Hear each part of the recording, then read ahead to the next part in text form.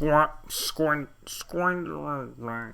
Calcutta Cup is always an interesting one. Most years, in real terms, this iconically bulbous pot is little more than the means for the third best team in the world to pat themselves on the back for beating the ninth. It's the most prestigious but least interesting major trophy in rugby. And yet, though it might look like a helmet from Dark Souls, the thought of lifting it by its serpentine handles has a habit of inspiring hugely spirited efforts, of creating contests that, even when not entertaining, have a grit and fight about them that makes them so compelling nonetheless. The Calcutta Cup might look like a tacky pot to keep coffee, tea or sugar in, but it makes men get up and fight. A game might not have quality rugby, but it will always have spirit, so long as it has the chunky thimble that is the Calcutta Cup. That was exactly what we witnessed on Saturday, as a man-of-the-match performance from Storm Kira wrecked any sense of spectacle, but left the two sides all the more desperate in their scramble to make the most of conditions and come out on top. So, how did England pip it and take the trophy, which has an elephant on top?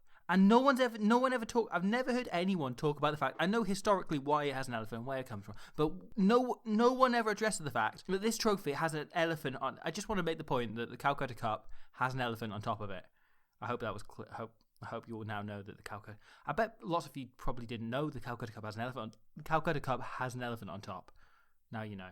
And take it back to Twickenham for the first time since 2017. This game was essentially a complete anomaly. Neither of these sides will play a test match in conditions this bad for likely another 4 or 5 years, and it's almost impossible to prep properly for without making the teams train in the showers. As such, this game taught us almost nothing about the two teams' tactics, but everything about their character. We saw just how strong the wind was right from the off, as this kick was blown backwards in just the 3rd minute, and the wind continued to affect virtually every kick and line-out throw from there on out. It was a day on which your basics were vital, because they became so difficult. And of the two teams, England adapted far better. It's hard to say either team played well, but George Ford remains in excellent form, and he just placed the ball in tricky spots for Scotland to exit from. Eddie Jones's forward foul axis is usually talked about as a dual playmaker system, but having two kicking options in the backline that also includes the sizable boots of Elliot Daly and Lieutenant Furbank came in handy for slowing the game and helping England around the park. This kick in particular by Ford is inch perfect in a howling wind. He lands it just outside the 22, meaning Hogg can't call the mark, but he looks a couple of times to check where on the pitch he is, meaning he eventually mistimes the jump and knocks the ball on, granting England an opportunity. And whilst, say, this attempt didn't come off as well, it still trapped Scotland deep in their own half. After his difficult first cap against France as well, it was bizarre that Scotland didn't at all target George Furbank. He had a perfectly composed and fine day, but he wasn't tested in the way you'd expect a fullback who had a nightmare on his first cap and is now coming into horrible condition on his second to be. This just emphasises the difference between the way the two teams played the game. Whilst Willie Hines put a truly extraordinary 3 box kicks out on the full in a row, all 3 of them felt like tactically probably the right decision. With an edge on the scoreboard and an eye on Scottish mistakes, they kept thumping it towards the tram lines to encourage, say, Sean Maitland, who touched the ball 4 times and knocked it on 4 times, to take it under pressure. This wasn't a bad idea. England made lots of mistakes, but they were poorly executing good decisions, as opposed to Scotland, who were making well executed average to poor decisions. These cancelled each other out and turned the game into a real stalemate. We saw at most 3 clean try-scoring opportunities. Chances to score something other than a 1-inch drive over. One, blown by, as per last week, England sending Jamie George on a hard line and allowing the defence to reorganise.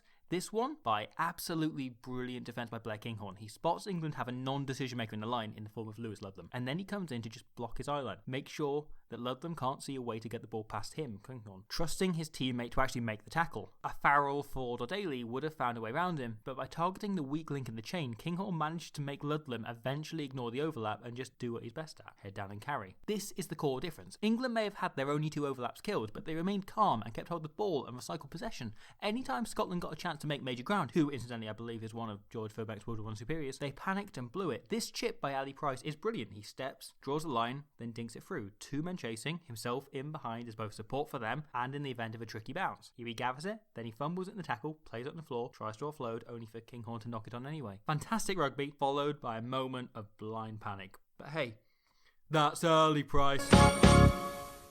And here, a nice offload by Johnny Gray allows the informed Rory Sutherland to absolutely mug off Owen Farrell and go right through, outplacing everyone on both teams bar Johnny May. But even though they recycle a ball, there's a hairy lariness about Scotland's play. I've got no idea if that's actually a phrase, it sounded right in my head, but it feels like exactly the way to describe the harried way Scotland went about things here. Other than this pretty beast line by Hugh Jones, Scotland kind of just chucked it and hoped in the 22. There's absolutely no composure in their play. When you had the ball, you never felt they were going to score. Structure and decisions are almost irrelevant here because Scotland look anxious about what they do. Compare that to England, who got within 10 metres of the line once and scored on second phase through hero of our times, Ellis Genge. Scotland just don't seem to back themselves. They don't believe they're ever going to score. It sounds like kind of bullshit analysis, but this wasn't a game for complicated set plays or bamboozling defences. It was about the two teams' character. And England was sensible and pragmatic from 1 inch out. Scotland ranged from uncomfortable to panicky. There is a word to be said, however, for Scotland going into the first fallow week with the joint fewest tries conceded. And that word should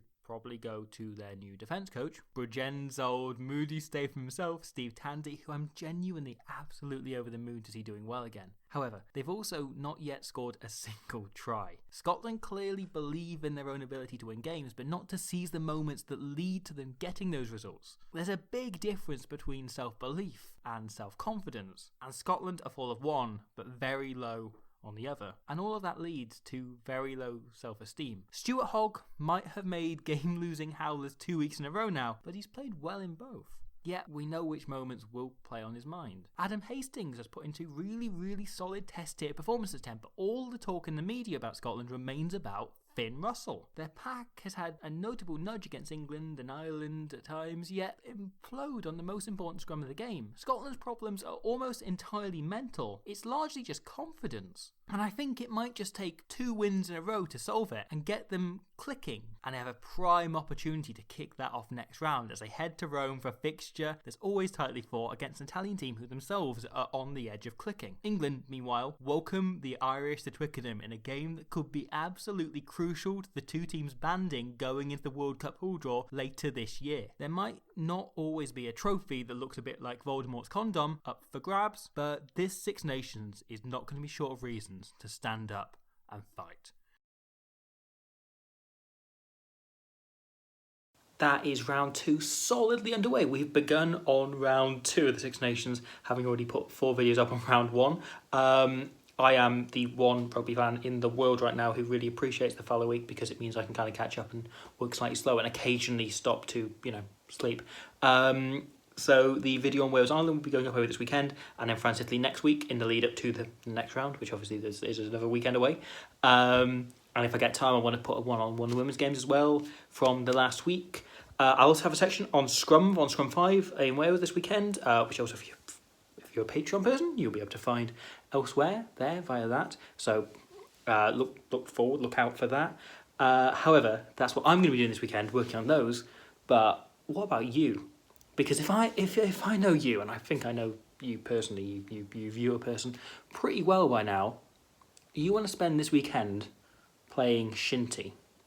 And I would say there's a great app for that. If you want to head to the Apple Store, the Any App Store, and download the Find a Player app, you can indeed find places to play Shinty. There's a Squidge Rugby group as well, so you can find people that view the channel that also watch it if you want to play a game of touch or someone's short on people for an actual real rugby match or rugby league.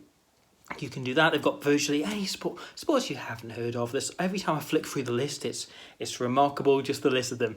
So if you want to head there, there's been updates to the app and everything as well.